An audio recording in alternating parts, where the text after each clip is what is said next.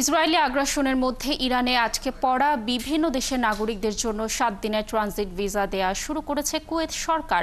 এর মাধ্যমে ইরানে আটকে পড়া বিদেশিরা ইরাক হয়ে স্থলপথে কুয়েতে ঢুকতে পারবে। এরপর তারা কুয়েত আন্তর্জাতিক বিমানবন্দর ব্যবহার করে নিজ নিজ দেশে ফিরে যেতে পারবেন। কুয়েত থেকে সাদেক রিপনের তথ্য ছবিতে প্রতিবেদন। ইরান ইসরায়েল সংঘাতের কারণে আটকা পড়েছেন বিভিন্ন দেশের নাগরিক। ইরানে থাকা সেসব নাগরিকদের জন্য এবার ট্রানজিট ভিসার অনুমোদন দিয়েছে কুয়েত।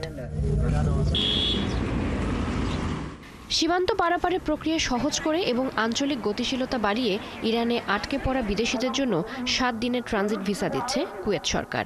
দেশটির উপপ্রধানমন্ত্রী এবং স্বরাষ্ট্রমন্ত্রী শেখ ফাহাদ আল ইউসুফের নির্দেশে এই উদ্যোগ নেওয়া হয়েছে। এই সিদ্ধান্তের ফলে স্থলপথে ইরাক হয়ে কুয়েতে ঢুকতে পারবেন আটকে পড়া বিদেশিরা।